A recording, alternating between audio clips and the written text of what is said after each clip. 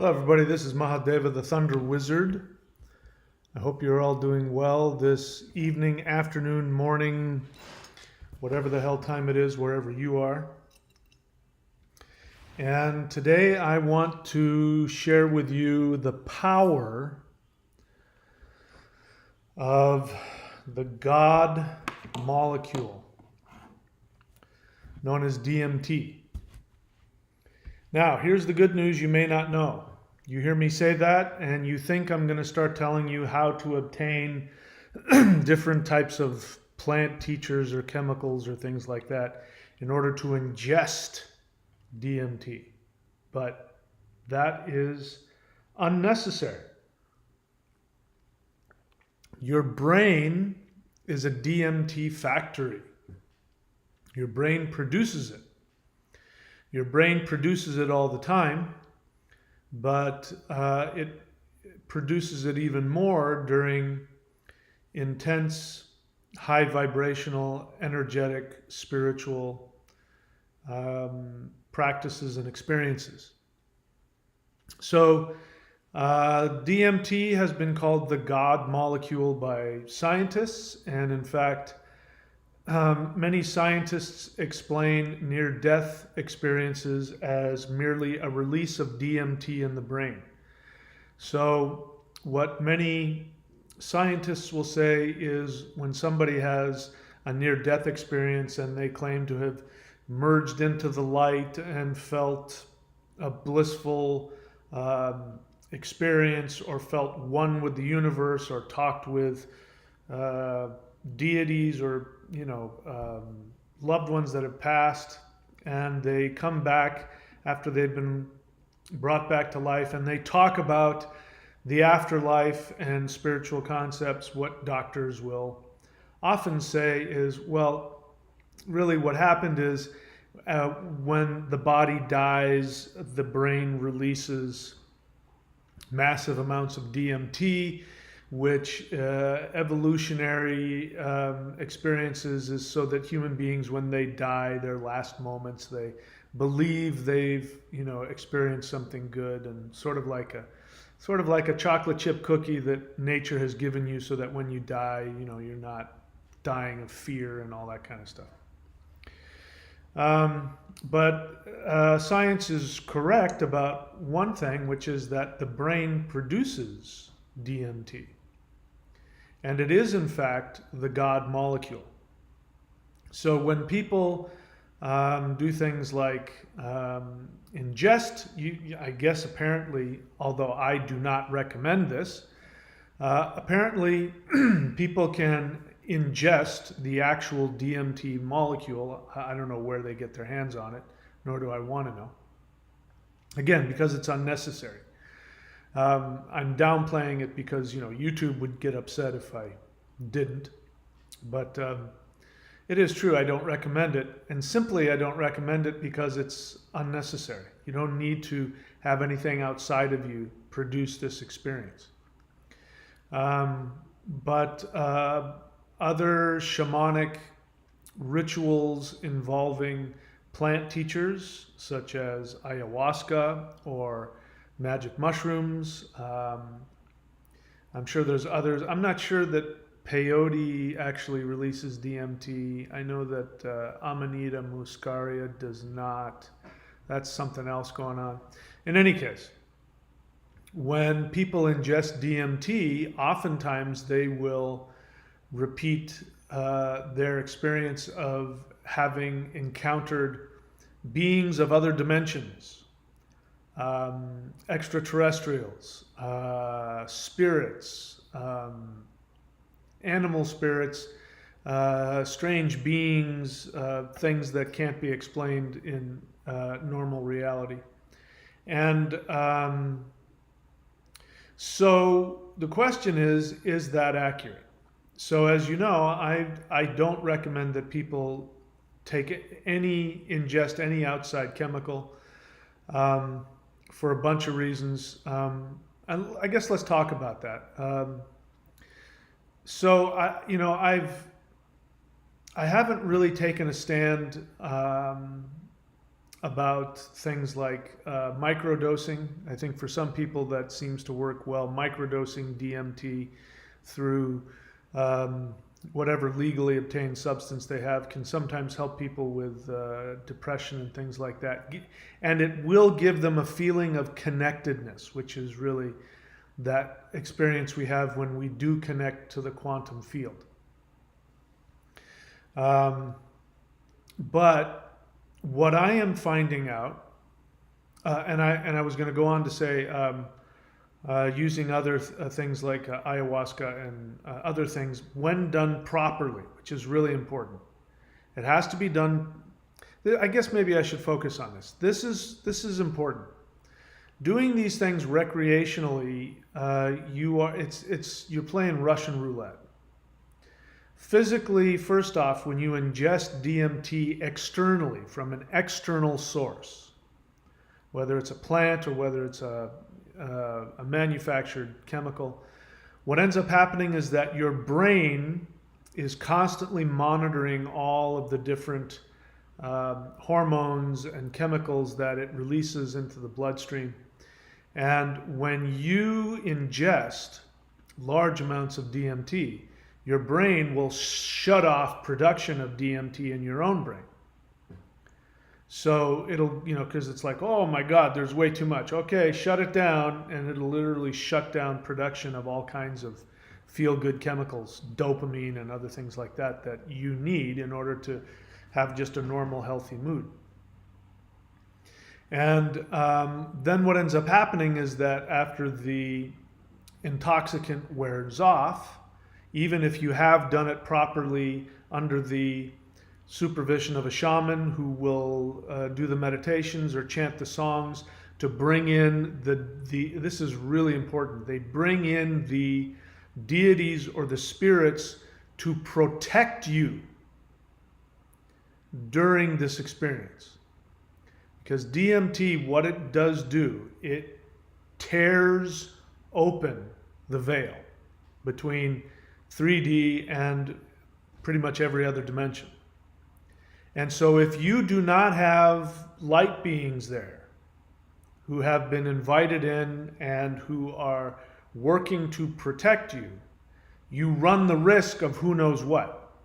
You don't know where you're going to end up. You don't know what kind of scenario you bring into yourself. And of course, what you bring to the experience is what is going to be manifest in reality. So if you bring your selfish, childish, superficial need for entertainment or escape, if you're doing it for recreational needs, you have no idea what you're going to bring into your reality. You have no clue. So that's why it's always best to be done with a shaman who has a connection to the spirits, and the spirits can literally protect your aura. They create an aura around you so that when you tear open the veil, you will be protected. And then, of course, entities that are karmically connected to you, that have lessons for you, they will be called into that safe space. The DMT provides, just like when you're having a near-death experience, it provides the ability to see and experience something you normally wouldn't see and experience, which you might be surrounded by. You are most likely, right now, this moment, there are higher level beings that are with you. You have your guides. Use whatever words you want. Guardian angels, guides, whatever. I guarantee you, they are there with you right now, especially if you are listening to me at this moment. Because I specifically, before I started this, I specifically called in and asked that they would be there and be able to be with me and be with everybody who listens to me. So I guarantee you they are there with you right now. It's okay, you don't have to see them, you don't have to experience them, they're doing their job. But when you take DMT, or when it's released, the veil is broken and you're able to see. And very often there will be experiences where two people will be together, and one person will see something and somebody else won't. or they'll see two different things. This has everything to do with not only what they bring to it, but I'm going to narrow it down, the level of DMT they have in their body. So what this has to do with right now is that we are shifting into 5D. And I am of the belief that one of the things that's happening is that if you are having more intense spiritual experiences, if you have felt a pressure, if you have felt like you're kind of going crazy, imagine if somebody had spiked your coffee with magic mushrooms. If you didn't know you had just taken a bunch of DMT, you'd think you were going crazy. But if you knew going into it that you were going to trip, then you would okay, it's kicking in now. This isn't normal reality. I'm tripping. So you would be okay with it. But when somebody hasn't told you that you're tripping, you think you're going crazy.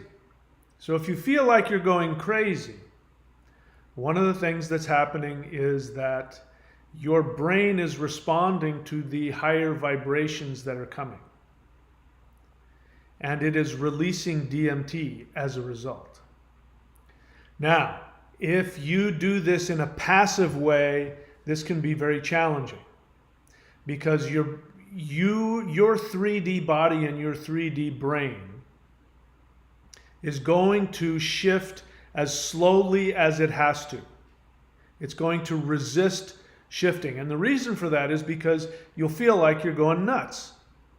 Shamans, traditionally nowadays everybody wants to be a shaman, which is great. I teach people how to practice various forms of syncretic modern shamanism. So I'm not judging that, but in times past, it wasn't like that.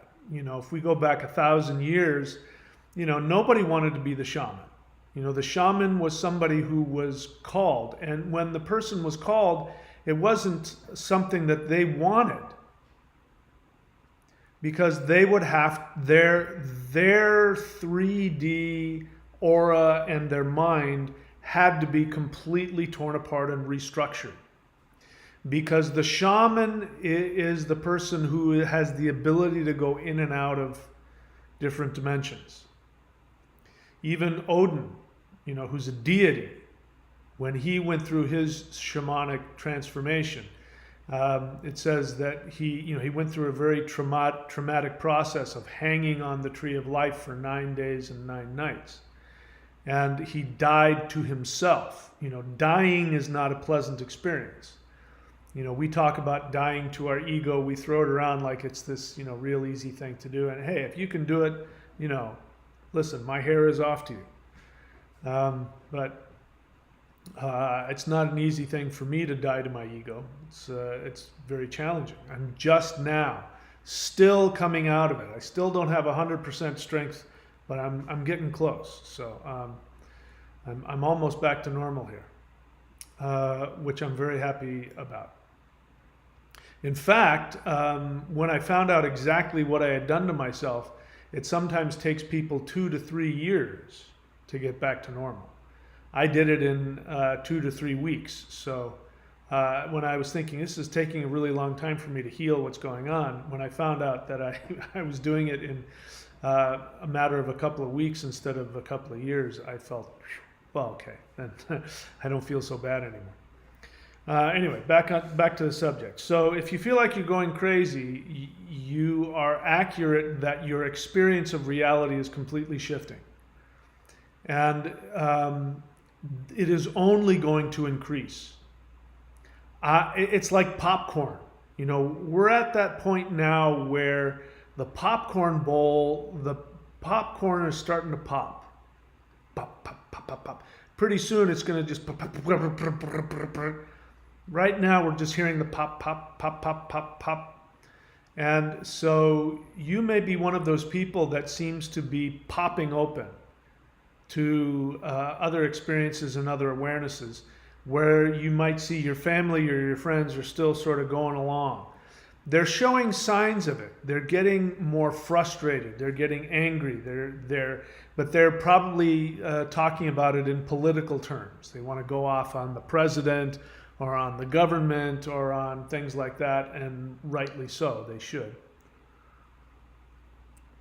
But those are the least, they're getting agitated and they're looking for a reason to explain why they feel so agitated. But it's really not about that. Because part of what's happening is that people are trying to hold on to their understanding of reality, which includes politics. So if you know somebody who's really into politics, and by politics I mean, I don't care if you're Democrat, Republican, or an anarchist. If you know somebody who's going off about how we need to become anarchists, they're still political.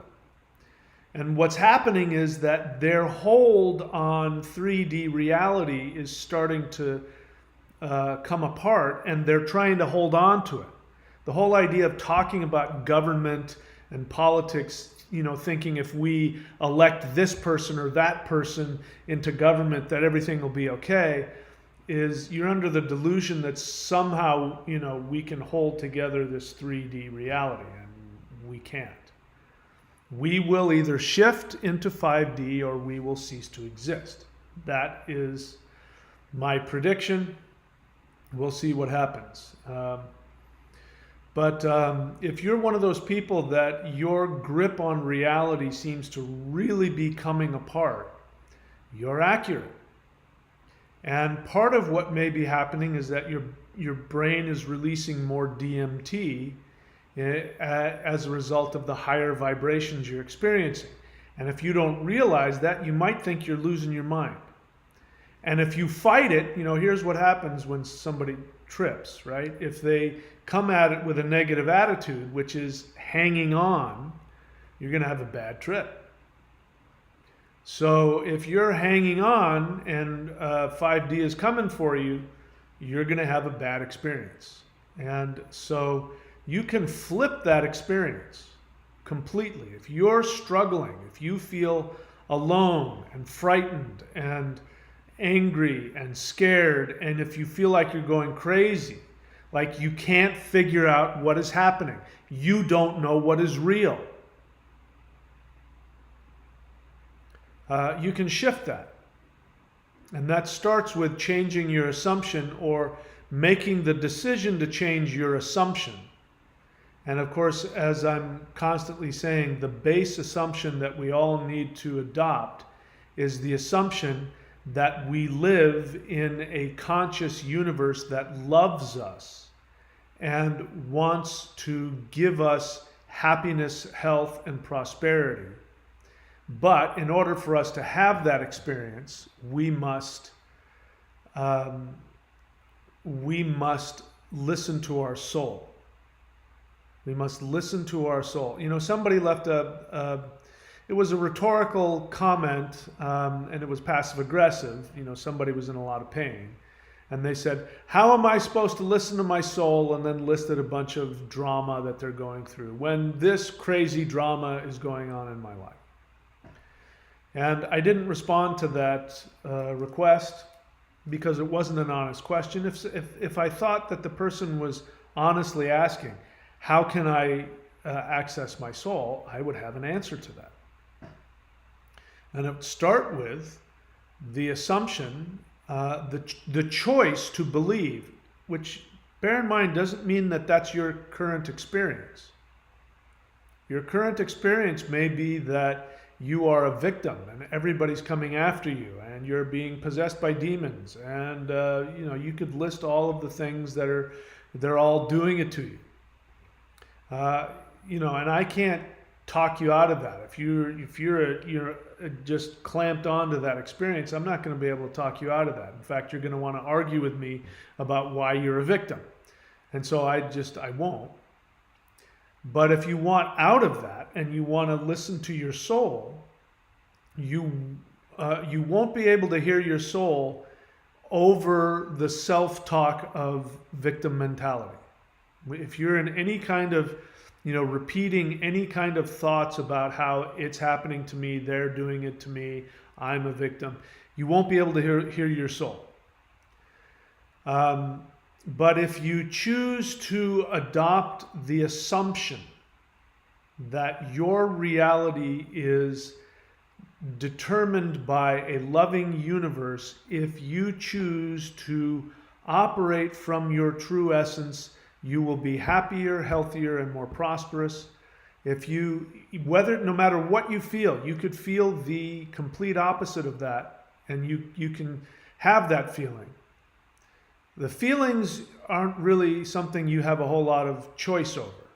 You can't change how you're feeling in the moment. Maybe you might be able to change it a little bit, but if you're overwhelmed with a lot of negative, painful feelings, going into denial is not going to make those feelings go away. But you can choose your attitude going into it, and you can choose what you want to believe, even if you're not experiencing it. So you could choose to say to yourself, I'm having all kinds of feelings. I feel really crappy. I'm really sad. I'm really scared, but I'm choosing to believe, and I'm choosing to trust that the universe loves me, and that I live in a universe filled with love and bliss. I'm just not feeling it at the moment, but I will if I keep listening to my soul. There's and as I said that whole paragraph, I could feel the universe bringing all of that joy and bliss.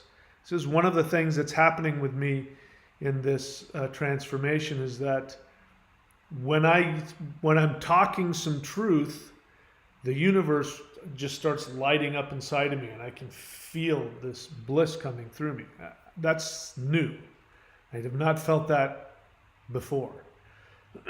So that's a new experience for me. I guess more of a shamanic, psychic, whatever experience for me. But if you start with that assumption, regardless of how you feel, that would have been my answer to the question. How can I feel my soul when all of these horrible things, blah, blah, blah, crazy, paranoid, schizophrenic, and I would respond, I would say, here's how. You start with the assumption that the universe wants to give you everything. What I could say is, in that moment when I was speaking I was speaking my understanding and the universe was giving me the thumbs up, I was experiencing a release of DMT. It's an amazing feeling. So I am talking about how you can have that. Instead of having to get your DMT from some outside source, some power plant or some chemical, you can get it in two ways. I'm going to give you two levels of getting DMT naturally. Before I give you the two ways of getting DMT to flow through you naturally, the first thing I'm going to tell you is what the benefits are. So if you get DMT through some other source like ayahuasca or magic mushrooms or however else you get it, there's a downside. The downside is that your body will have to recover from your brain shutting down production of things like DMT and dopamine and other things like that, which you need.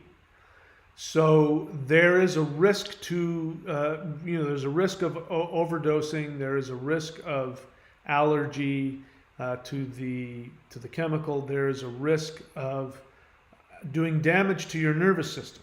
Those are real risks that happen. There are people that OD or do it wrong and they permanently damage their nervous system. So there's that risk. Maybe that's not a huge risk. It is something to be aware of. But the other risk is that afterwards you're going to have to recover. You might have to go through a period where your brain restarts again and starts to release these chemicals again.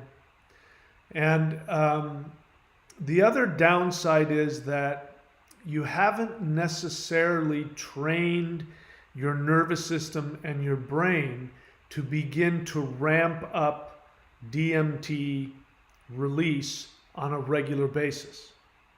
So you will have the experience where you think you need to go back and do the ritual again in order to have one of those experiences.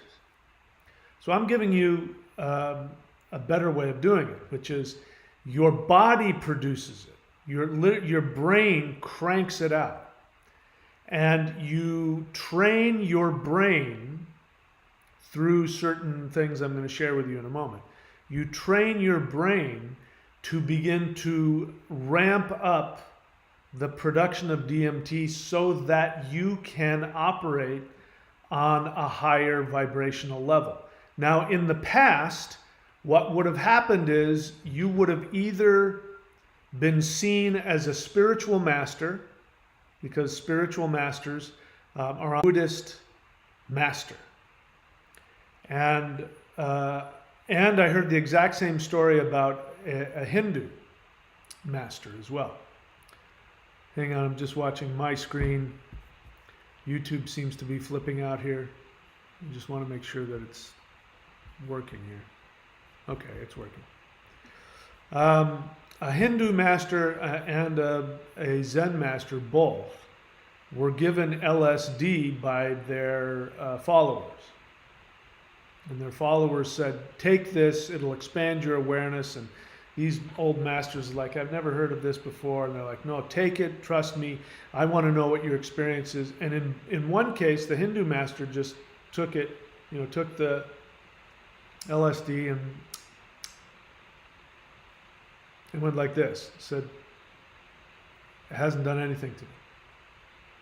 And the Zen master took it, and afterwards, when he was asked, what was your experience? He said, I had a headache.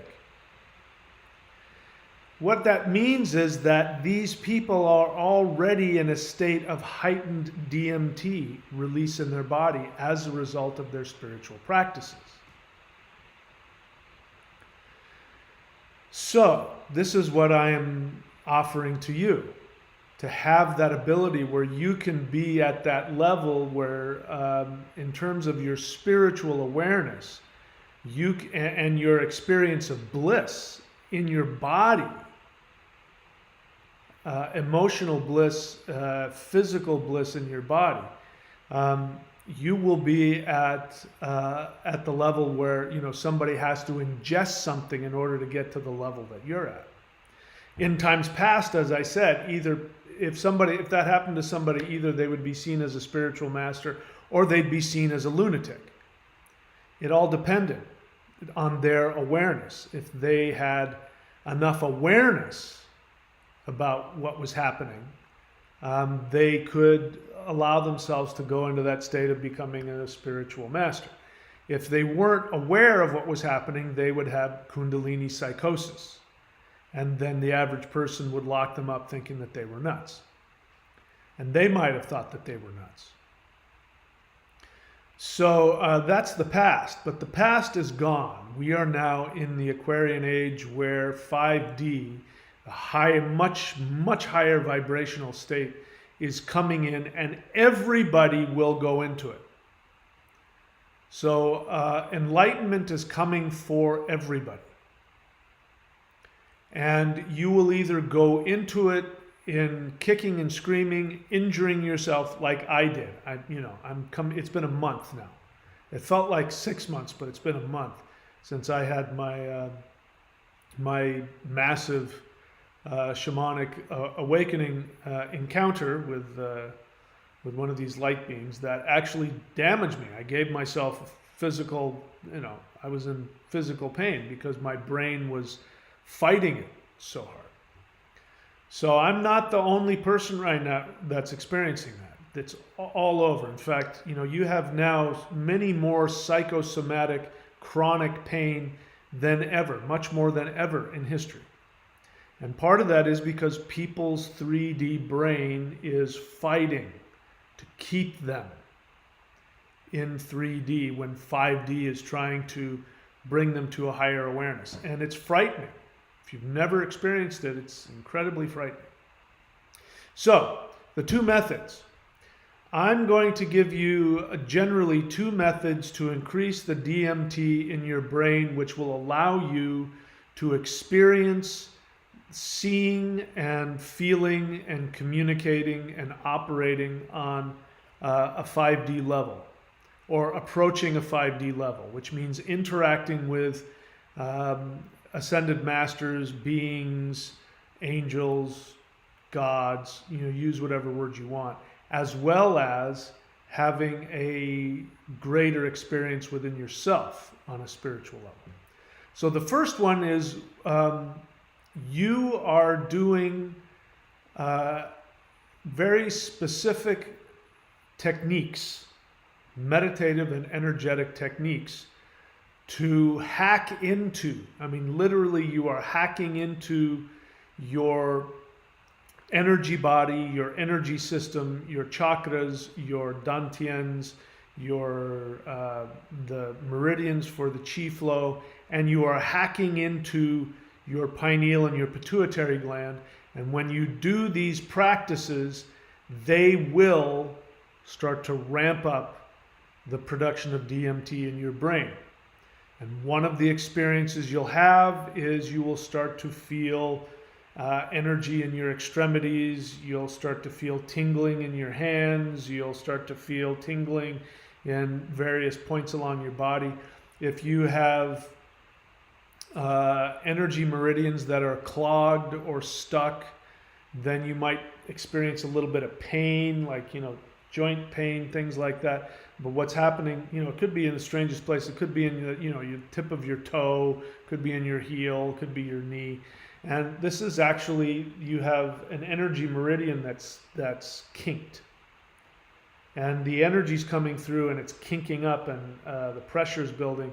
And then what'll happen is that eventually will unkink, and then the energy will flow and the pain will release. This happens a lot. You'll have experiences in your dream life where you will have lucid dreams. You will have more intense dreams. You will start to have dreams about spiritual experiences. You might have out-of-body experiences. These are things are a result of doing these exercises, which start to ramp up the production of DMT in your brain. And not only does the vibration in your body rise up to meet that, but also your awareness. Everybody's different.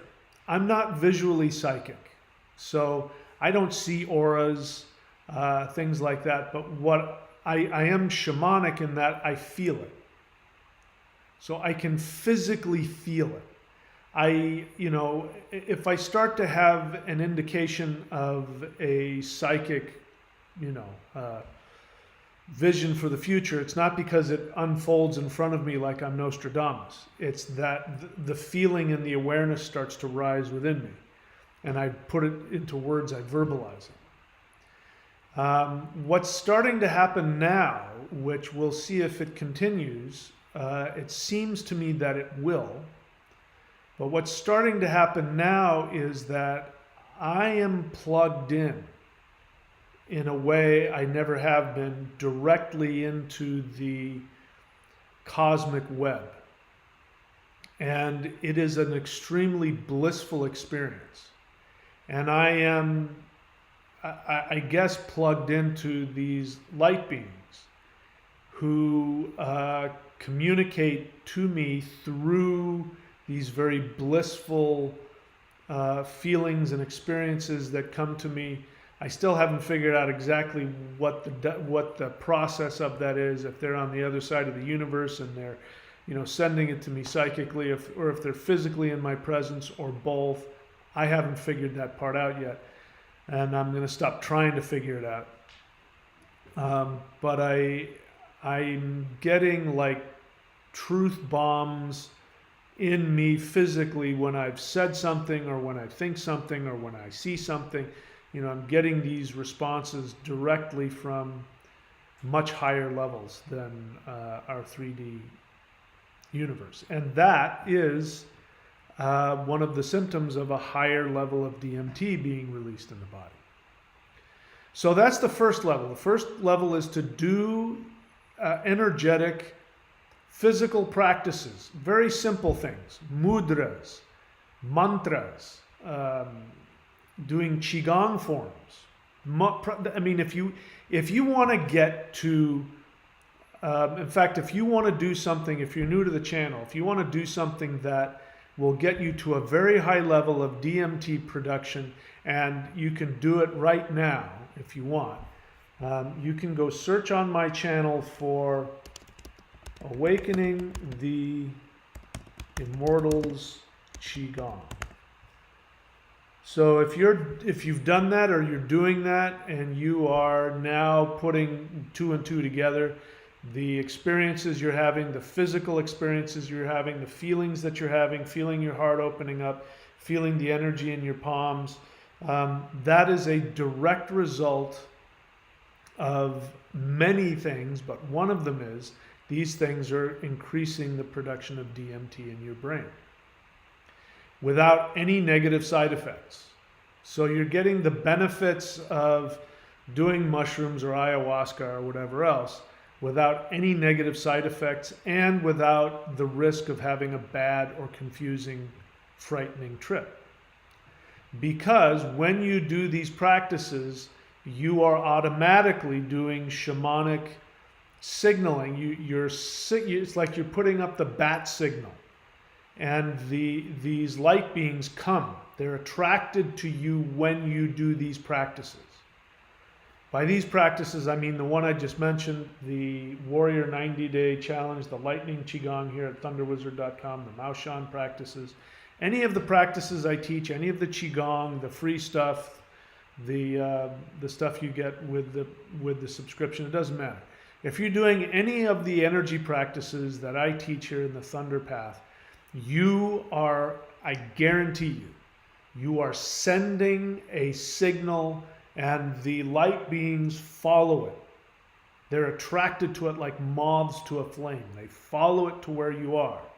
And they end up giving you a protective space, so that when you have the release of DMT, when the veil begins to part in all of these different ways, when the vibration in your body begins to rise, they provide the protection so that you won't have any negative experience. You won't end up having any bad experiences or bad trips. You don't have to worry about Kundalini psychosis, those kinds of things. So that's the first level. The first level is doing these practices. Going up here to Warrior 90-Day Challenge, Lightning Qigong, subscribing. Now's a good time to do it. It's the beginning of the month. You can unsubscribe whenever you want. Just go to whatever level you're at and press play and just follow along. I teach you what to do in the video, what moves to make, etc. There's specific physical techniques that start to click that button that releases the DMT. That's level one. Now, the reason for that, level one is, I'm calling it level one, but that level is, even though you are working with light beings, they are not going to connect directly to you in a physical or a psychological way. They are not going to break that barrier to you if you don't ask for it. But this is a way of doing it for yourself. It still allows you to stay in 3D, so that if you need to be in 3D for a while longer, it's preparing you, but it's not shattering your reality. So if you're afraid of some of the shifts that are coming, there's reason for that, only because it's frightening when your reality becomes shattered. You have a Dr. Manhattan experience. It can be shattering to the ego and shattering to that's not nothing. Now, what I'm calling level 2 on this is when you want to go the next step. And the next step is you are actively asking for the beings of 5D to come in and tear open your veil, where they will come directly in and have an experience with you where you can consciously interact with them. And you know, it's a psychedelic experience. You know, I'm experiencing it, and it is, you know, it's more crazy and intense than any, you know, psychedelic I did in my youth.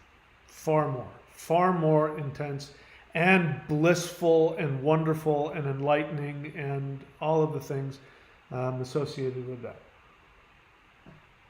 I had, you know, when I describe it, it sounds like I just tripped out on LSD, but I didn't. I was completely physically sober. I was just simply doing my practice where I consciously reach out and you know, I want to share about it, but I'm getting the feeling that I shouldn't talk about the specifics, so I won't. But it was very personal and very intense and very healing. But it was so intense, I needed to take a day just to, like, what the hell just happened, and process it. And there was some, you know, some emotions that I had to work through. And when it started resolving itself, I really felt that I had, you know, thousands of years of karma had been dropped off of, you know, my aura.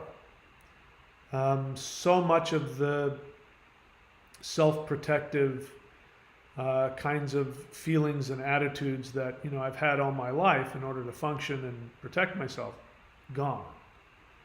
And a feeling of connecting to the universe, connecting to everybody else, connecting to everybody, whether they're alive or they've passed.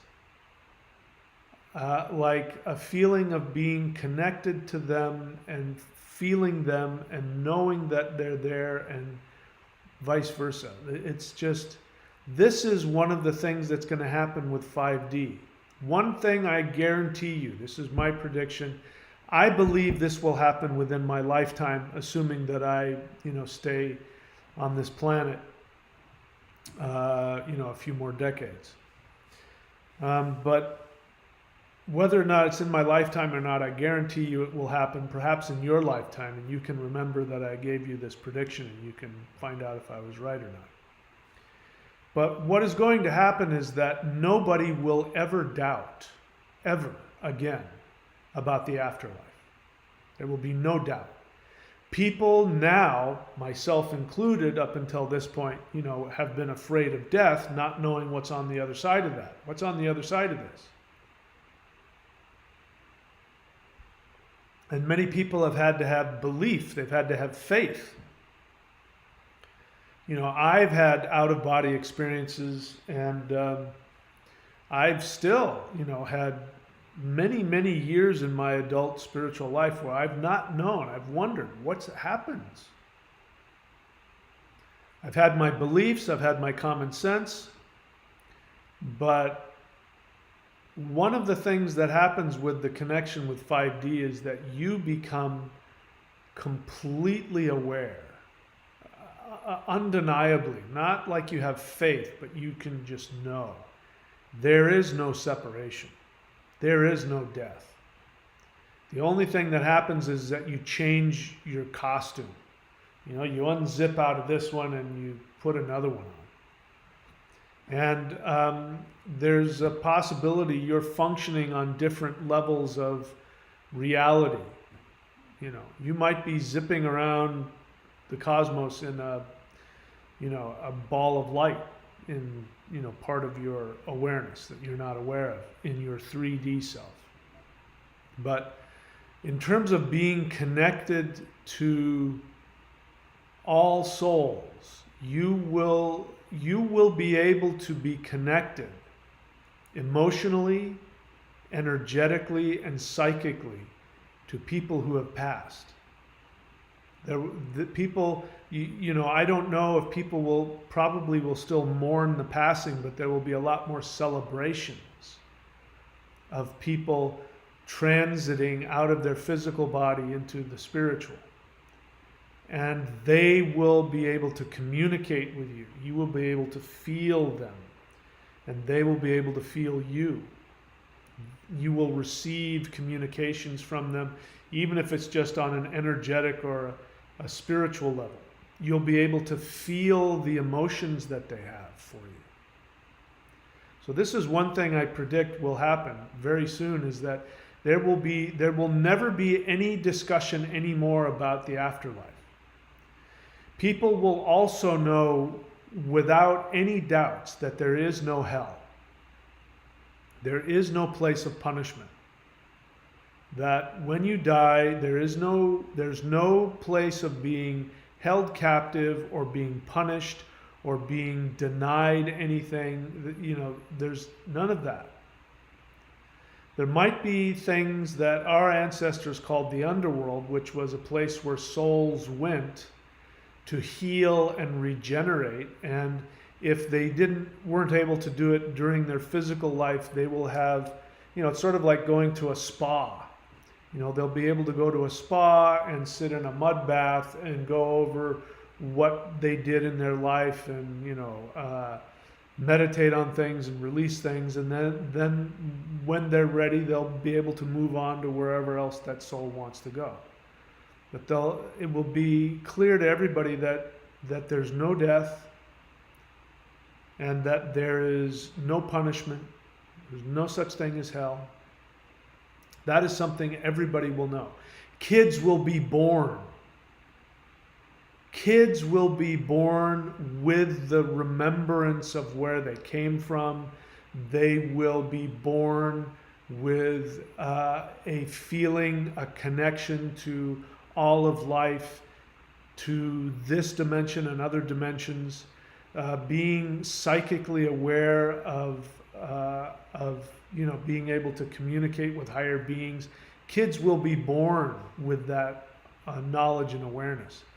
Eventually, kids will be born with the ability to shift in and out of different dimensions. They will be born with gifts and powers that we would only ascribe to, you know, the highest of spiritual masters. This is just going to be normal. That's a little further down the road. I don't know how far, but I can tell you right now, after having gone through this experience and knowing what I know and what I experience on a daily basis, I mean, it's gotten to the point where I literally have to make the decision when I go to take a nap. You know, because I take a lot of naps. I have to make the decision that I am not going to journey. I am not going to call any beings to me, and I'm not going to leave my body and go anywhere else. I'm just going to stay in my body and I'm going to take a nap. And I have to make that decision, because if I don't, you know, what these experiences have been doing for me this past month is that if I even begin to just slightly think about connecting with, you know, on the other side of the veil, I mean, I'm there. I'm having this full-on Kundalini awakening, and I wake up and I'm just stoned for, you know, another 24 hours, and I can barely function because the bliss is so intense, and my crown chakra is throbbing, and my hands feel like, you know, they're balloons, and you know, I actually have to pull myself back so that I can function on a physical level. And I know that I'm not alone. Maybe some of you haven't got to that place yet. Maybe some of you haven't gone to that second level I'm talking about. First level is you choose to work with these energies here, the 90-day challenge, the Qigong. You choose to do that. That keeps your protective bubble intact. So you start to have a spiritual experience, you start to release the DMT in your body, you start to have greater expanded awareness and the bliss of the chi flowing through you and the Kundalini and the the lightning center of the heart energy being released. You get to have that, but you get to stay within your own bubble.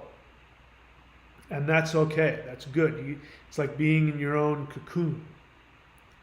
And then the next level, when you're ready, 5D is waiting for you. 5D is literally like a dog panting and waiting for you. And all that is required of you is to ask.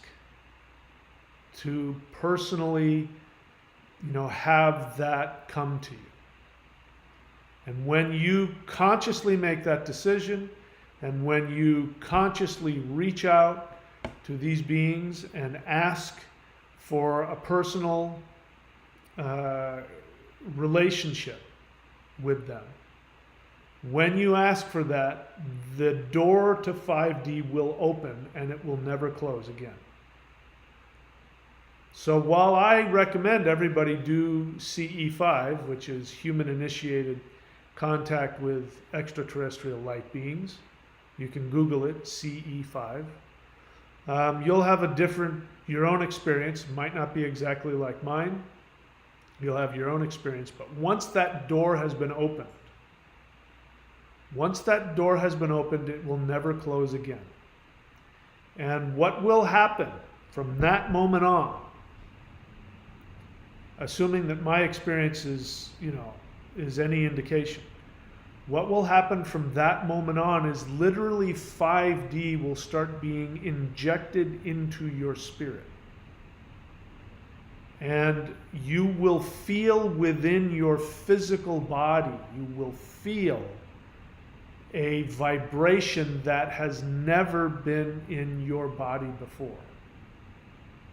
You will feel a level of energy that and I'm telling you, this is my experience. I'm a guy who spent the last 30 to 40 years doing high-level energy work and having out-of-body experiences and chi, kundalini, the shin of the heart center, the lightning energy within my body.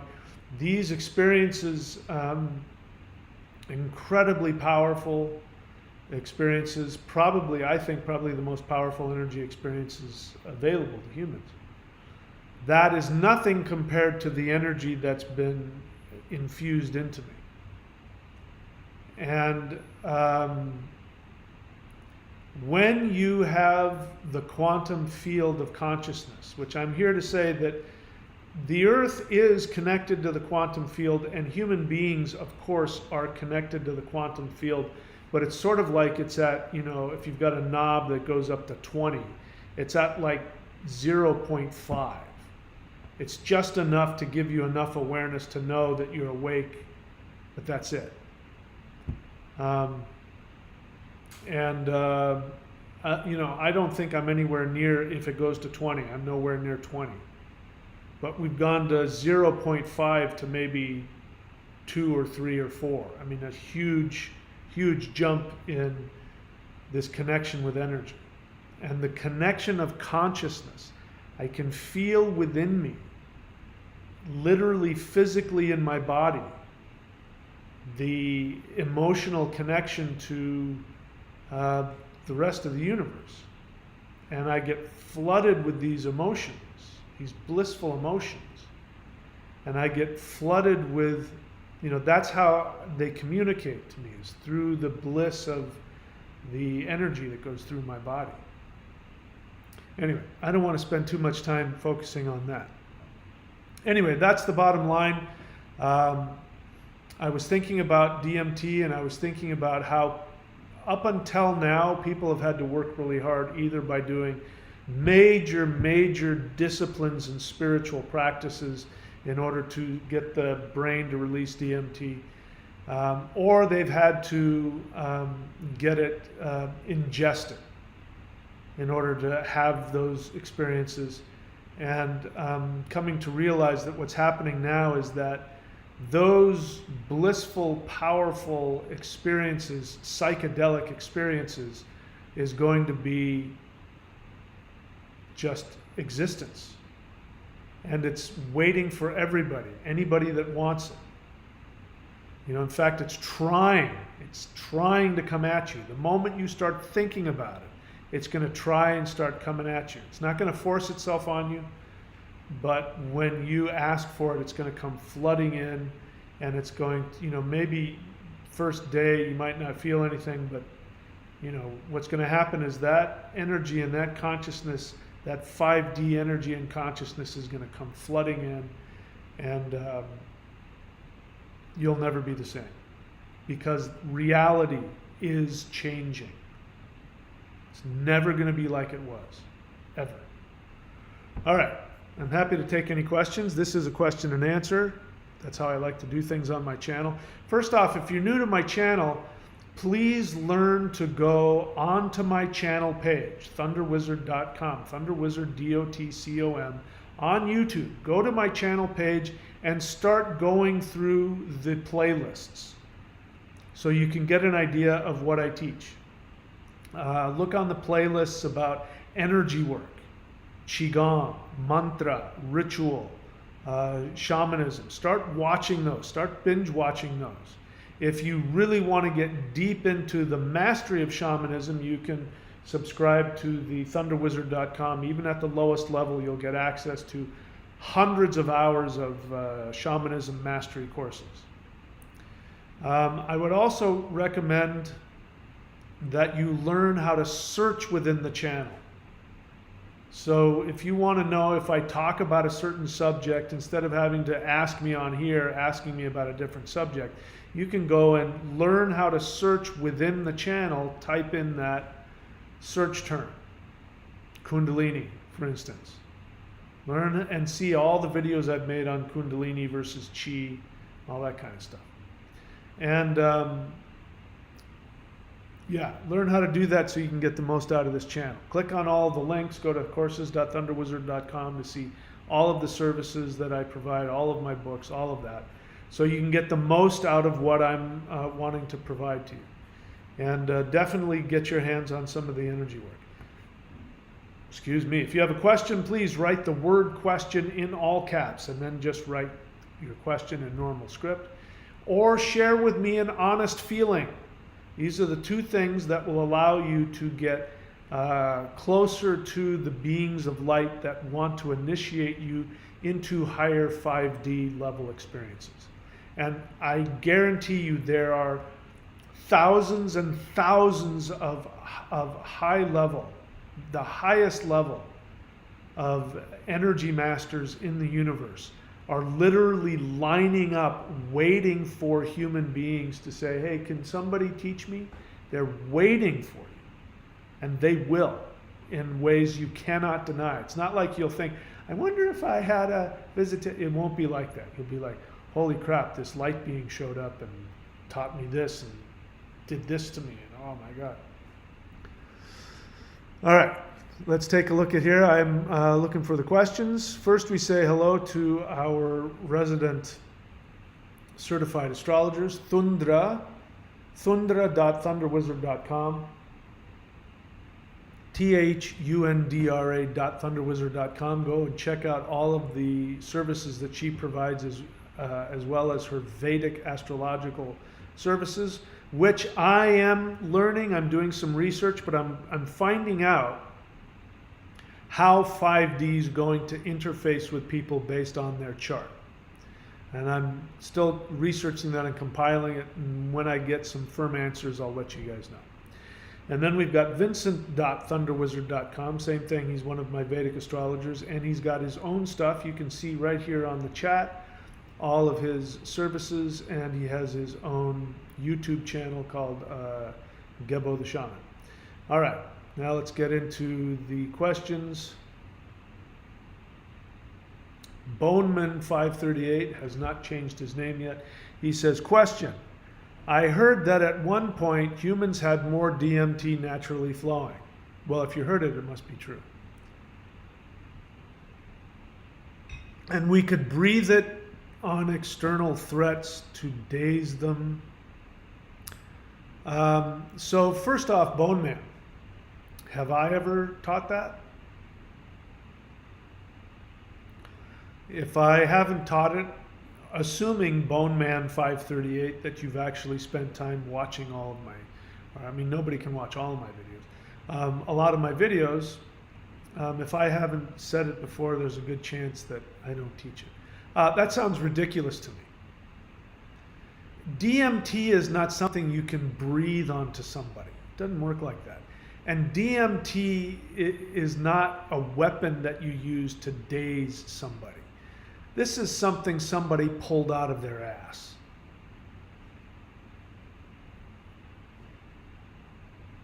So, there's the answer to that question. Jedi Black Knight question. You're mentioning skunk apes. You mean Sasquatch. I have personal experience with Sasquatch, and I'm here to tell you they don't breathe DMT on you. What they do is they are 5D beings. They're not the same as these guys. They're not extraterrestrial light beings, but they are 5D. They're like the master shamans of the Earth realm.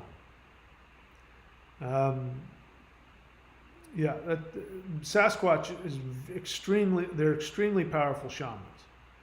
You know, if in their 3D form they stink, whatever. I've got BO2, so what? But in their spiritual, in their other dimensional, and they can shift. They can shift from 3D to 5D at will. And they bring with them, if they choose to, they can channel very powerful energies. And that in and of itself will daze you. It's not because somebody's breathing DMT on you. I mean, you know, somebody's trying to rationalize or figure out. They're trying to come up with an explanation for maybe something they've heard or experienced. But sorry, that's just ridiculous. But the experience is true. The experience that you're around them and they sort of breathe on you and daze you. That's far more complicated than that. Just their presence is enough. When they choose to vibrate at that level, you will. One of the reasons they're so frightening is because they're on a different level. So, you know, if you've been out in the woods and you know if you've had that experience, holy crap, there's something around here. And you start to feel really frightened and you don't know what it is. You could be in the presence of a Sasquatch that's just barely shifted out of 3D. Or he could be in 3D and he's still vibrating at that level. They're nothing to screw around with. Jedi Black Knight question and feeling. I've been doing the advanced Hool breath for a while, but the energy level seems to have suddenly exploded for the last couple of days. Is it common to have such quantum jumps? Yes. I joked about this with somebody I knew, and I was, you know, he's starting to get into CE5, or he's looking into it. You know, he's all he did is he started thinking about it, and they started showing up, and he's like, no, hang on, I'm not ready yet, and I was telling him, he was asking what should I expect, and I said, you know, the first couple of times you may think that nothing's happened. I guarantee you something is. You may not feel that yet. And then I joked. I said, it's sort of like, you know, smoking weed for the first time. You know, you have to smoke it a couple times before you're able to get stoned. So that's what you're talking about. You're doing the Hool breath. The advanced Hool breath is that second level that I'm talking about, where you choose to open the veil between you and quantum consciousness.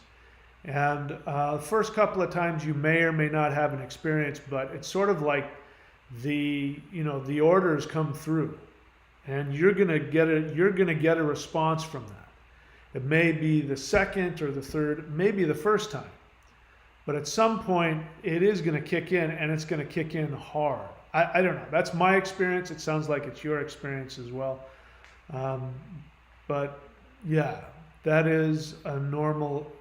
I don't know about normal, but it's not an uncommon experience. And again, I'm just starting out with this, just like everybody else is. If my experience changes, I'll let you know.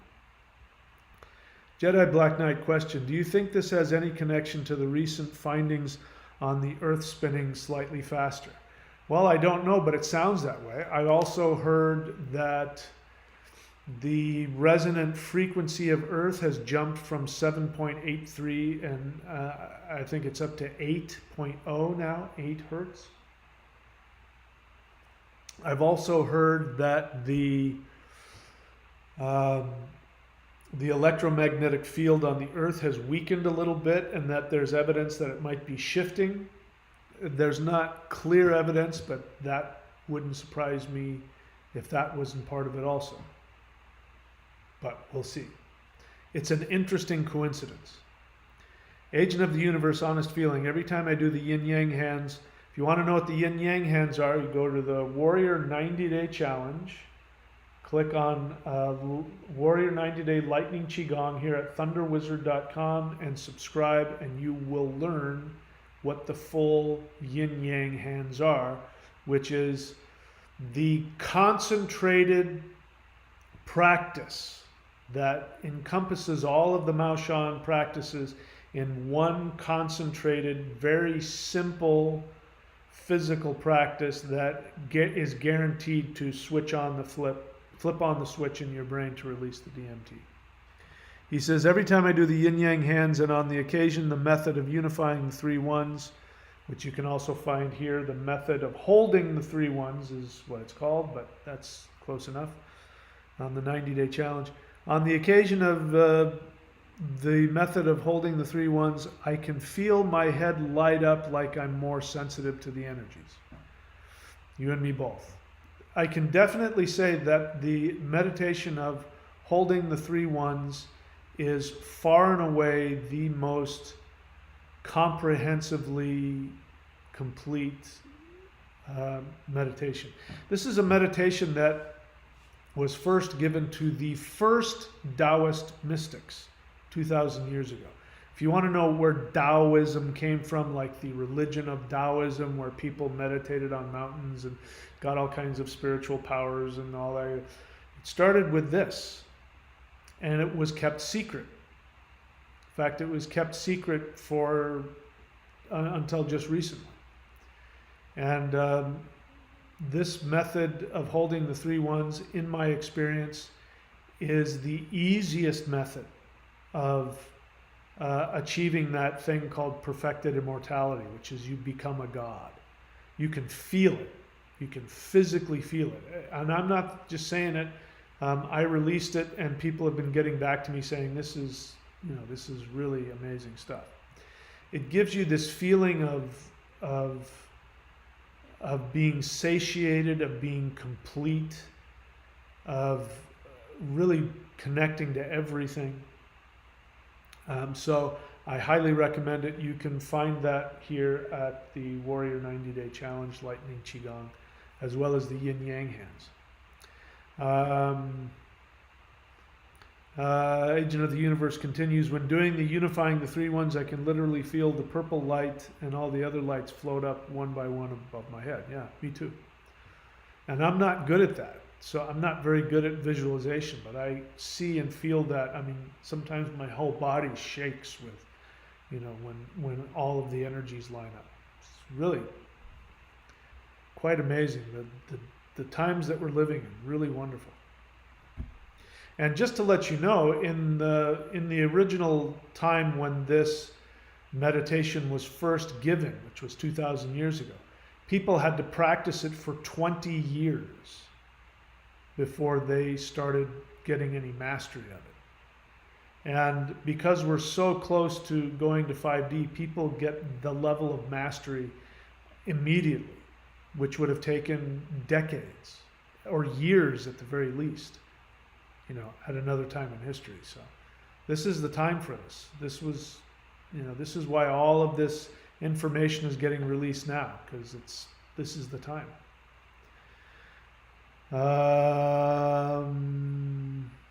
Okay. Team Grip, that's not a question. Vincent.thunderwizard.com, honest feeling, I feel separate, like I can't connect to the beings of light. that makes me sad. I guess there's also a feeling of unworthiness as well. Well, I thank you for sharing your experience. I relate to that. And what's interesting is that, this is one of the feelings that happens when you first connect with them. And I know you've connected with them because you've shared your experiences of it. But so what's happening is that these feelings are coming to your consciousness. So it's good. Good news is you come and you feel them, and it's like puking up bad fish. It's no fun as the fish is coming up, but once it's out, oh my God, you feel so much better. So this is just keep doing the work, my friend. This is all part of it. I'm with you. I feel those same things myself. You're not alone. And as always, feelings do come and go if you keep doing the work. Team Grip question. I've met a being. Okay, let's see. So, Team Grip, welcome to the channel. I'm not going to read your whole question because you're asking. I have videos on my channel. I have videos on my channel about THC. I recommend that you take a look at it. So you're obviously new to the channel because you would have known that already. So I do not qualify marijuana as a psychedelic. Marijuana does not release DMT. It's a whole different classification of things, and I don't recommend it. You're talking about, again, I don't recommend people do external, anything chemical, whether it's plant or otherwise, and let me again give the reasons. Number one, you are shutting down the production of DMT in your own brain. You will need to have your brain be able to release DMT on its own as we go into 5D. So that's awesome that you had those experiences. That is not going to serve you going forward, I'm sorry to say. And it's not because I have any judgment about what people do or don't do. As I've said, some people need to microdose some of these things because it helps them psychologically and even physically. They've got all kinds of emotional, psychological, nervous issues that they need to work through. I think that some of these plant teachers can be done successfully in the right settings, but you're not talking in that way. You're talking about it like a recreational thing. And I don't recommend that. I don't recommend it because in the long run, it ends up making it more challenging. You have great experiences, but what if you could have, I want you to think about the most intense experience you've had on DMT or any other ingested psychedelic. I want you to think about that. And then I want you to imagine being able to have that every single day, just because you choose to. That's my reality right now. My reality is if I make the choice, if I go and lie down and close my eyes and make the choice, I'm having the most intense psychedelic experience of my life. Not to mention energy-wise and everything else. So this is where we are headed. And this is what I want to help people experience. And this is something you never have to worry about negative side effects. You never have to worry about coming back to reality or being able to drive your car. This is a whole different world we're entering into. Those are training wheels. We needed training wheels when we first got on our bicycle, because if we didn't, we would fall over. I remember when I was riding my bicycle when I was a kid, it had training wheels on it so that I wouldn't fall over. And then when the training wheels came off, I had to really be careful. The training wheels are coming off. What you're talking about is training wheels. And if you would like to have those experiences, but even greater, I invite you to come along this path. I should come up with a new name, about the new psychedelic, whatever, I don't know. Anyway, so you asked me a question about do you think that marijuana will speak to you through the beings? I don't know what you mean by that. I think you mean it the other way around. Do you think the beings will speak to me through marijuana? I think that's what you're trying to say. No, marijuana, THC is not a good tool. It's really horrible for the aura and for the chi. It's fun to do, but it's extremely destructive to everything we're working towards. So, welcome to the channel. I encourage you to watch more of the videos. Go and watch my videos about THC and marijuana. But more importantly, even if forget about that, just do the exercises. Even the free ones. Do the, I've wrote it on here, Awakening the Immortals Qigong. Do that. Forget about all the external stuff. It's not going to serve you anymore. We don't need training wheels anymore. Team Grip questions. So don't scream at me in all caps, please. I don't like that. You say, did you do psychedelics as a young man? I did. You say, I don't smoke, but on occasion. Okay, that's not a question. So you smoke weed to find a spiritual path? It's working against you. It's not going to help you. It's going to block you from a spiritual path. You'll have a narcissistic high, because what ends up happening on THC, as I've said many times before, you have a little, at the base of your spine, you have this little chakra that's called the Ming Men. And it acts like an aperture. It opens and closes. When you need more chi energy in your aura to protect yourself from viruses, bacteria, or just, for whatever reason, the Ming Men will open and close to expand and contract your life force energy bubble. When you take THC, that Ming Men opens up 100%, and it sucks in all of the ambient life force energy in your aura, sucks it up the spinal column into your brain, and explodes in your brain like a balloon.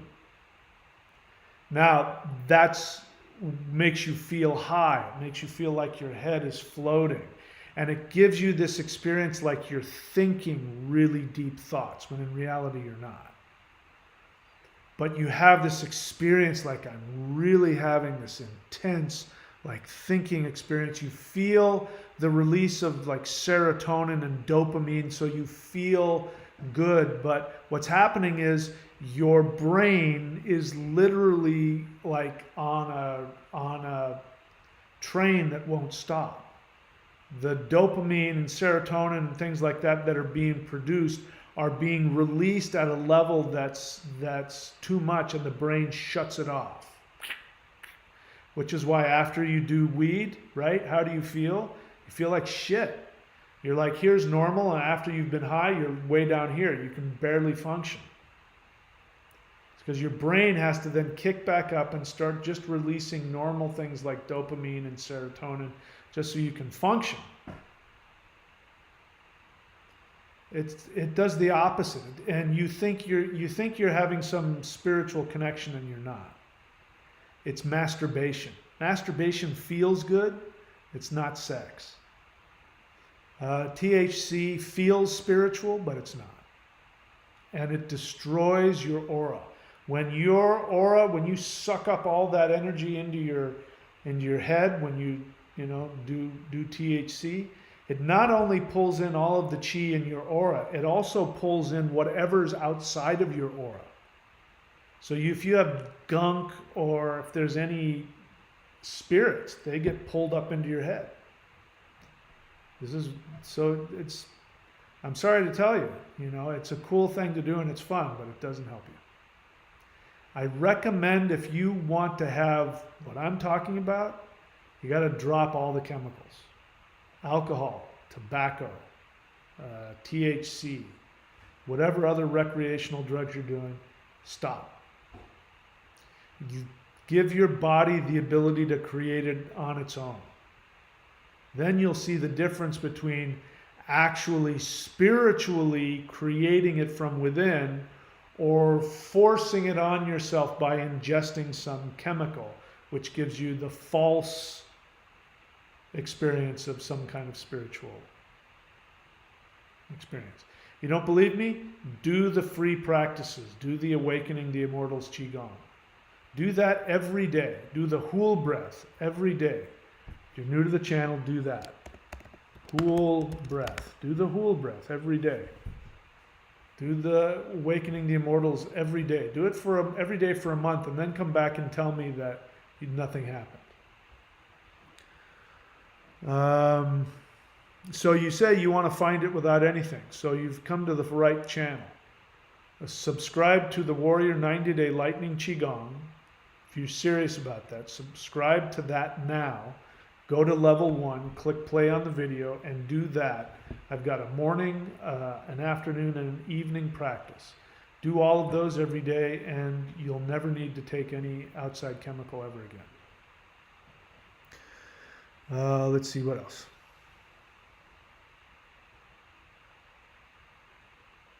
Team Grip, Timothy Zoll, question. When doing Sifu hands and Hool, I noticed vertical position feels slightly like opposing polarity.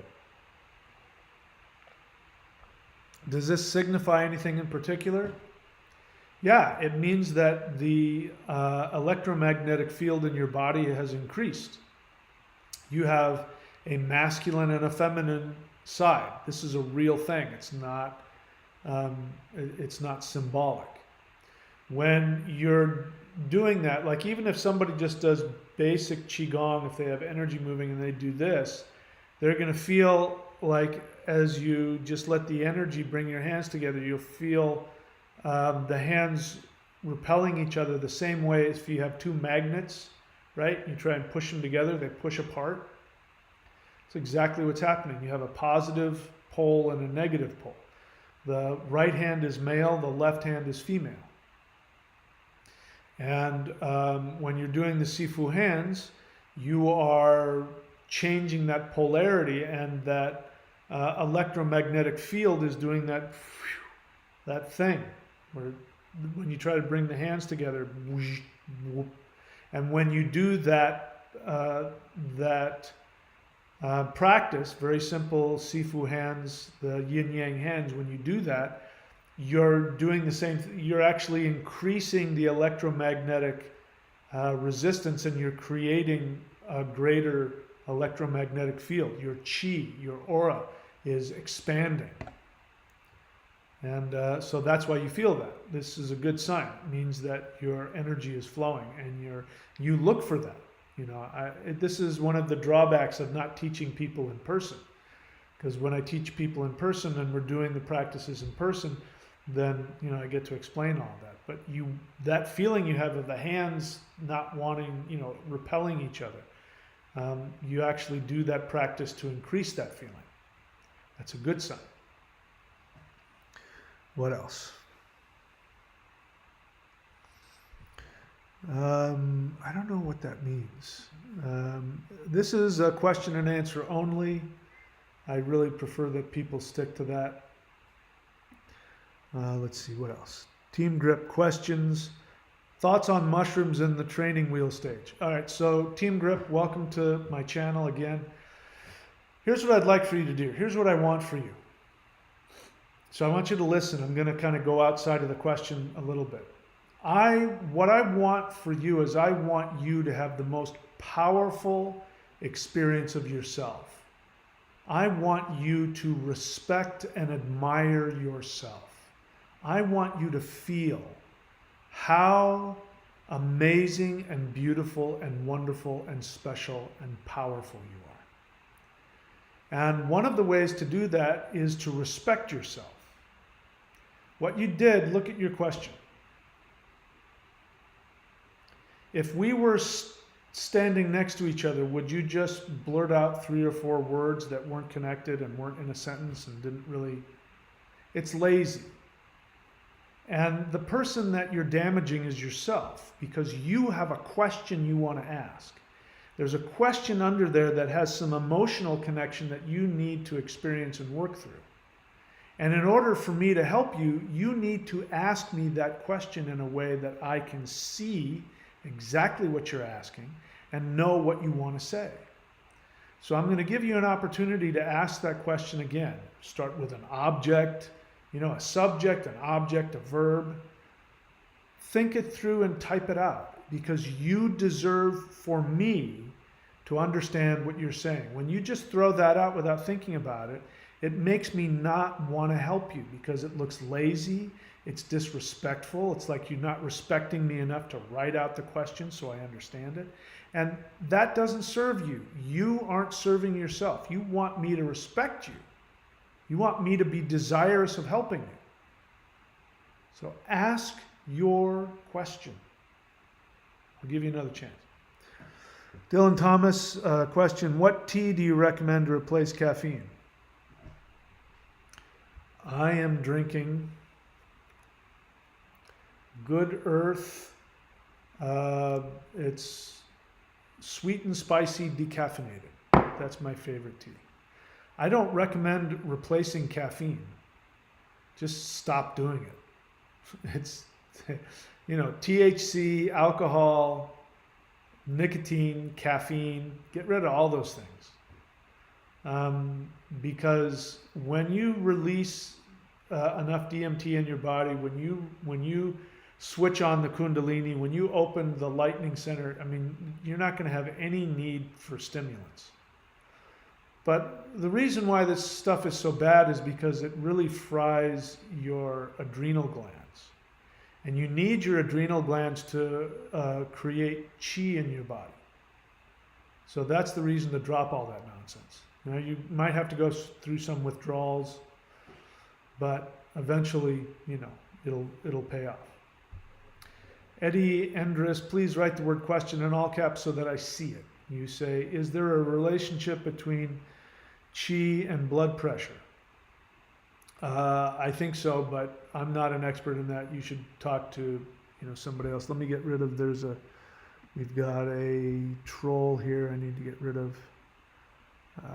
There, let's get rid of them. Okay. Raymond Avich, Demon Slayer. Question, can chanting a mantra that is beneficial in my horoscope add to releasing DMT? It won't hurt. It might help. The short answer is yes. Mantra by itself is really about releasing Kundalini specifically to work through issues in your unconscious mind. There, we'll just leave it at that. Let's see, what else? Team Grip, question. Did psychedelics help you discover the true power within yourself as a young man, aka training wheel stage? So Team Grip, again, welcome to the channel. Here's something else that I do. You're asking me this question because you do psychedelics, and what you're really wanting me to do is you're wanting me to co-sign your use of it. You're talking about yourself. You are likening yourself to a young man discovering his true power. And you've done that, and or hopefully, maybe you hope to plan to do it in the future. And you're wanting me to say, yes, this is a good way. This is a good stepping stone. It's not. I want you to go back and listen to what I said earlier in this video. People did psychedelics in the past. Because again, who are the people that are still doing psychedelics? They're the most shamanic, quote, primitive cultures, which have a stronger connection to ancient ways.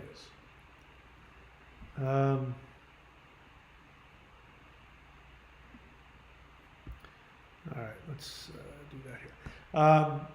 So what that means, again, is that as we go further back in time, which is really once we get past earlier than 2012, once we go earlier than 2012, what ended up happening is that human beings there was a lot, it took a lot to break through 3D barriers.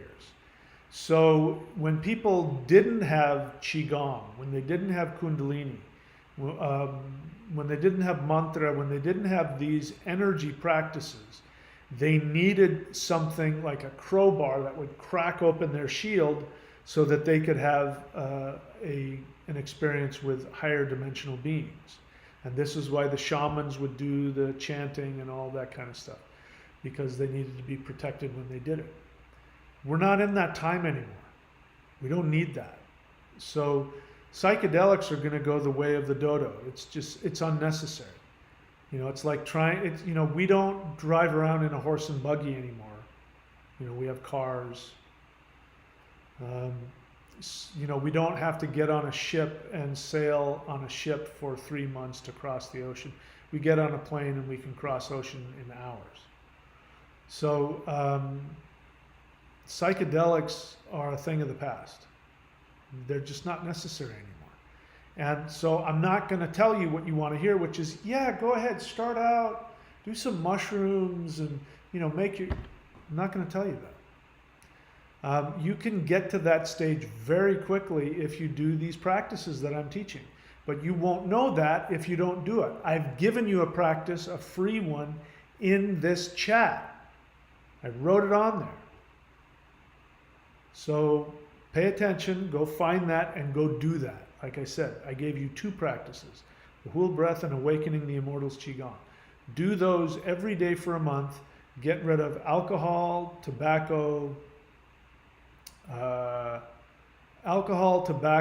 nicotine, THC. Get rid of all recreational drugs and do that on a daily basis. And do the lightning Qigong if you dare. And you won't ever have to ask me these kinds of questions again. You won't even be thinking about that stuff. Team Grip, that's a great feeling. You say, I'm 23 years old. I feel like I have a beautiful journey ahead of me. I agree with you. I'm jealous. You're going to be one of those people that you'll be able to say to your kids and your grandkids, because they'll say, Dad or Grandpa, they're going to say, what was it like before the big awakening? What was it like before 5D? What was it like when you had to go and work a job? What was it like when you had to go to the bank and get money? What was that like? That's so weird. You'll be one of those people that remembered when everything shifted. Dylan Thomas on his question, is there any food stimulants that can damage your chi? Garlic.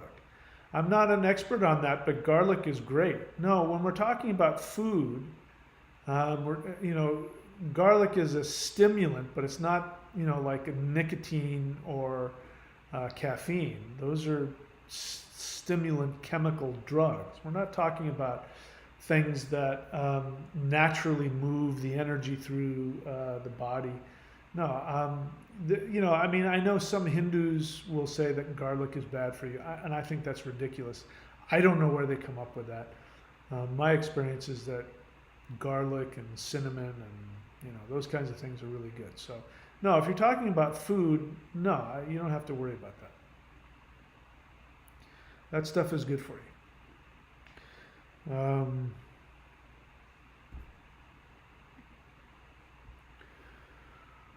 All right, I don't see any other questions here, so I guess we're going to leave it at that. I already did my business, but I'll repeat it very quickly.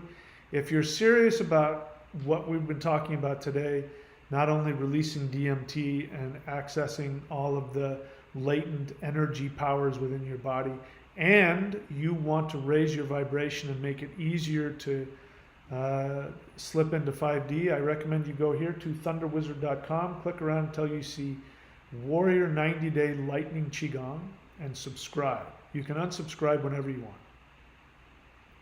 And if you want to see everything that I offer, go to courses.thunderwizard.com. We've got maushan.thunderwizard.com. And also make sure that you, again, go look on the playlists and do the free stuff. If, do all the stuff I already mentioned. DC Pagan question, I'm preparing to start a water fast soon. Don't ask me about that. I'm not an expert on fasting or diet or anything like that, so I can't help you. Team Grip question, so you're saying that people use psychedelics in the past as a sneak peek into the realization that those feelings are actually attainable through your practice. I'm not saying they used it as a sneak peek. I'm saying they used what was available to them. What I didn't say is that if you, for instance, the Vedic tradition, the East Indian tradition, the Vedic priests 3,000, 4,000 years ago, they used to have a drink called Soma, S-O-M-A. And in fact, there are mantras that you can chant to Soma. Soma is the drink of the gods that allowed them to achieve immortality. It is the drink that Indra drank in order to give him his power. And the priests used to drink a psychedelic concoction. And we don't know what it was. We have a pretty good idea that it was cannabis with ephedra, and I don't know what else they put in it. They put some drugs in there, and they did it with mantras, and they put it out under the moon, and they did all this, and they prepared it. And then they would go into trance, and they would channel Indra, and they would drink the Soma, and they would use that, and then they wrote the Vedas. So they used psychedelics so that they could channel the gods and write the Vedas, which we now read today. And the reason they did that is because they didn't have any spiritual technology that allowed them to tap directly into these forces. So they had to use these concoctions in a spiritual way. It was a gift of the gods. Use this. This will put you in an altered state of consciousness. And the Taoists also, the Chinese, the early Taoists used to use other, all kinds of things in order to use psychedelics. The Taoists and the East Indians, except for the guys that sit around naked in the burial grounds, those guys drink and smoke weed. But the high-level Vedic meditators don't use any stimulants. They don't use any psychedelics, and the Taoists don't use any either.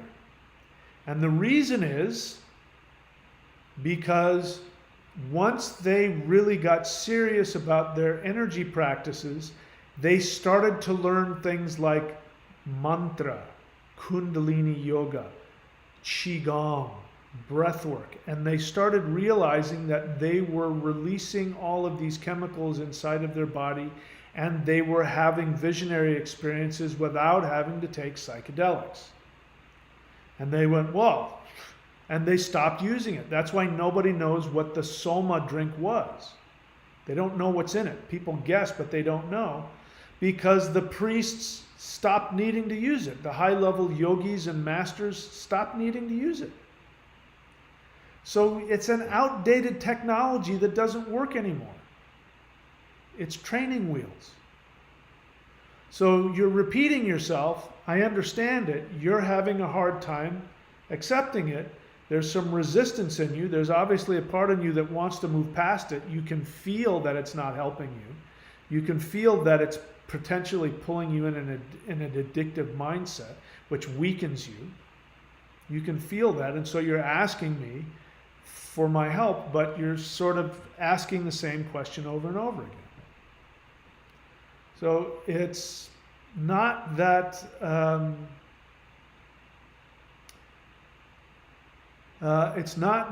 they needed a sneak peek, etc., etc. It's that they didn't have the ability to do it.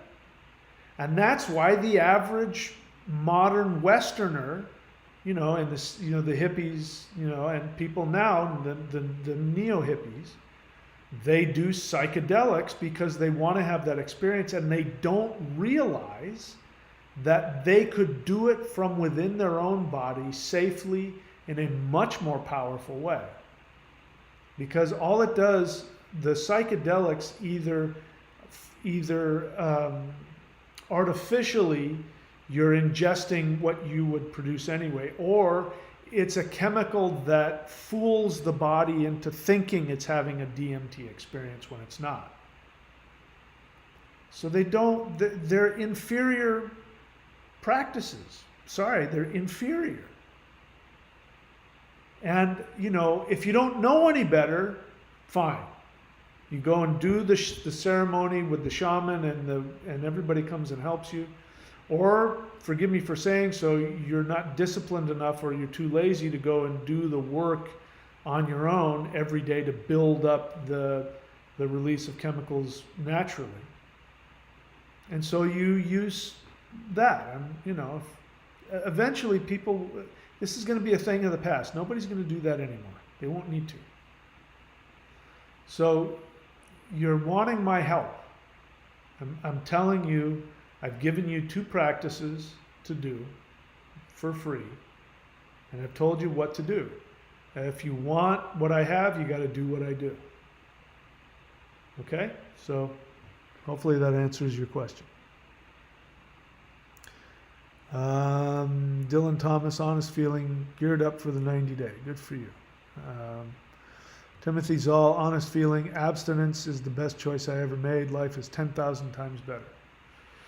Yeah, especially when you've got an energy practice. Listen, this is why I do. There's a reason why I became a Qigong master, you guys. There's a reason why I became an internal martial arts master.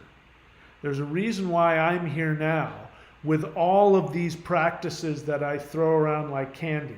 Each one of them is a lifetime's worth of experience that you could spend your whole life on the Hul breath.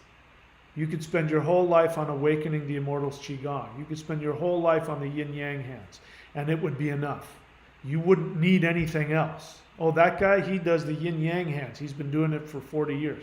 You mean the guy that's levitating over there and phasing in and out of 3D? Yeah, that guy. Each one of these practices I give you is gold, including the free ones. But you're going to have to put the discipline in doing it. You're going to have to do it every day.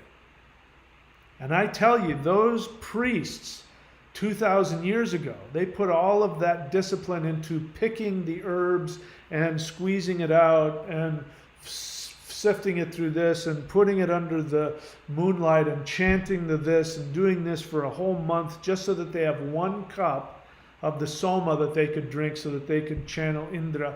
If they knew that they could do very simple yogic moves, energy moves, and a mantra every day for a half an hour. I mean, if I just have to do this for a half an hour and I don't have to go through all that, they would do it in they wouldn't waste any time. They wouldn't be, going through this argument about should I do psychedelics or should I do, Qigong.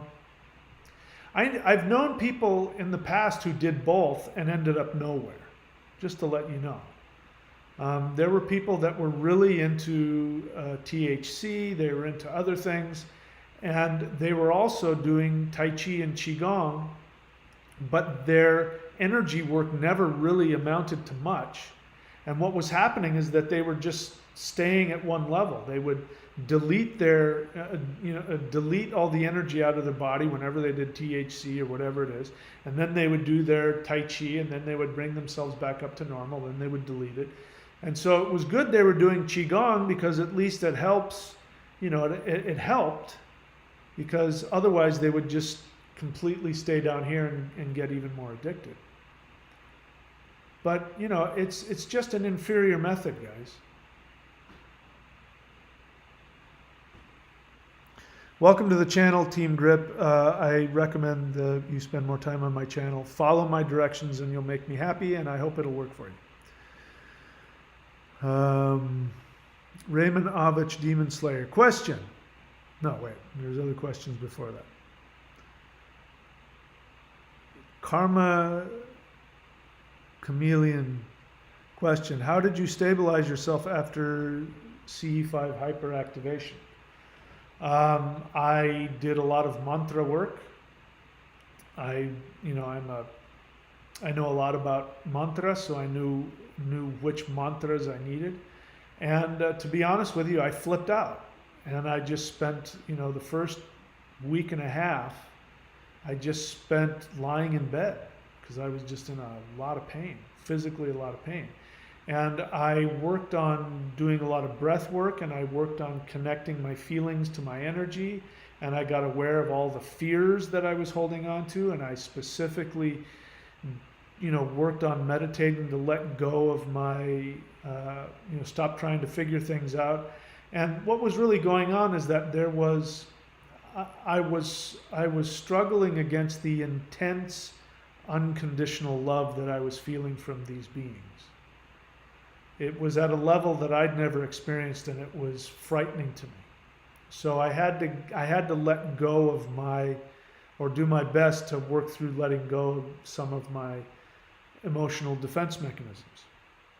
And that's the bottom line. That's what it was all about. And while I was doing that, they were doing work on me. So these beings would come and do work on me while I slept.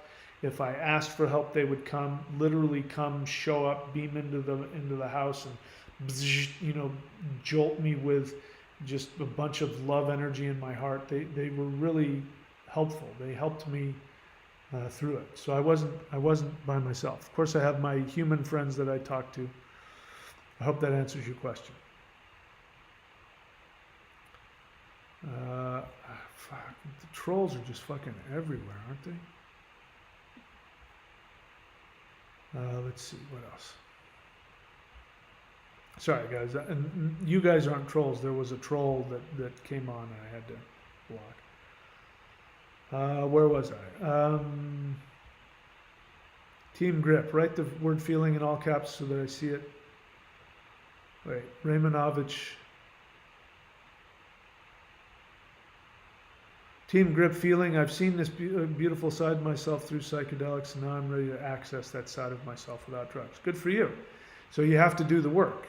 Take the action. If you can follow through on the actions, then you'll get the benefit. So I'm glad that you feel that way, and I wish you best. And this channel is here for you if you need motivation. Raymanovich Demon Slayer question: what, in your opinion, would happen? Okay, so I don't like these kinds of questions. What would happen if this, rhetorical questions, hypothetical questions? I'll read it and see if I want to answer it. What, in your opinion, would happen if 50% of the world chose to stay in there? Blah, blah. I don't know. Ask me how does that question help you? It doesn't.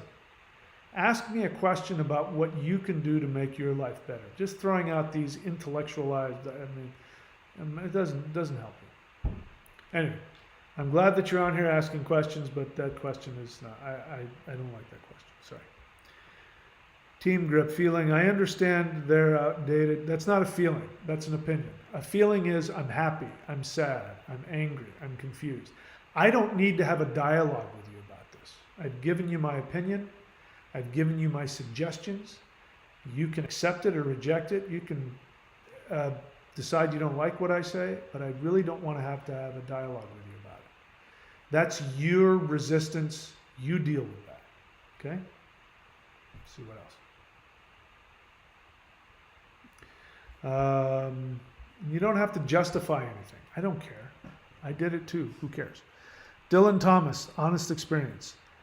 I felt similar to your feelings last week after a week of continuous CE5 invitations. Yeah, so I've learned not to do that. I've learned now to at least have a couple of days in between. Because our human body and our brains just can't deal with it. If we do it over and over again, it'll balance itself out, but you're in essence asking for a huge shamanic initiation. And, it's okay to take it, a bit at a time. Otherwise, you give yourself a stomachache. So I understand why you did it, though. So last week, after a week of continuous CE5 invitations, a total purge this week is in and out, blissful. Thank you for your experience. Yeah, so what ends up happening is, and I'm the same thing, I just didn't know if they were there. That was my experience. The first couple of times I didn't know, is this real? Did that really happen? They show up. And the way that I know it is, sometimes well, maybe every time I do it. Sometimes I do it and it's very obvious. Okay, some beings have just beamed into my room. I can feel it. There's no two ways about it. Sometimes you're like, am I imagining this? This feels pretty good, but I don't know. Am I imagining it? And then what'll happen is, if you watch your dreams that night, your dreams will be kind of intense as your brain starts to purge stuff and realize what's going on. And then if you wake up the next day and you feel like maybe a little depressed or a little sad or a little confused, you know that what you did the day before was real. But in the moment, you might not have any crazy, kundalini rushes in the moment. But they show up the next day or 2 days later. And so it's good to take time in between. And like me, you're learning this the hard way. And like me, you also needed to get a confirmation. I needed that as well. And now I get confirmations like all throughout the day. So welcome. You've been hazed. Now you're part of the tribe, and now you can just relax and do it when you feel like it, and it'll just that door will keep opening and opening and opening. You'll see. What else? Nothing else? Nothing else. Okay, guys, that's it for me. Thank you. Thank you all for coming on and sharing this with me. I love you all. I want nothing but your happiness and your evolution. If I've done or said anything that pushed your buttons, that made you feel attacked, devalued, offended, hurt, I am a human being and I'm doing my best. And I love you enough that I'm willing to tell you the truth even if it hurts. So know that anything I do, whether I do it well or not, is coming from a desire to be as helpful as possible to all of you. And let's see what else. Okay, no other questions? All right then. Dylan Thomas has a pretty cool experience there. Yeah. Very cool. I understand that. Okay, that's it. Team Grip has a feeling. Let's see. Pure bliss that we are the universe. Very good. Vincent says thank you. All right. So that's it, my friends. Thank you so much for showing up. I will see you guys all very soon. Take care. Stay aware. Stay diligent. Do the practices. And I'll see you probably in a day or two. All right. Take care, guys.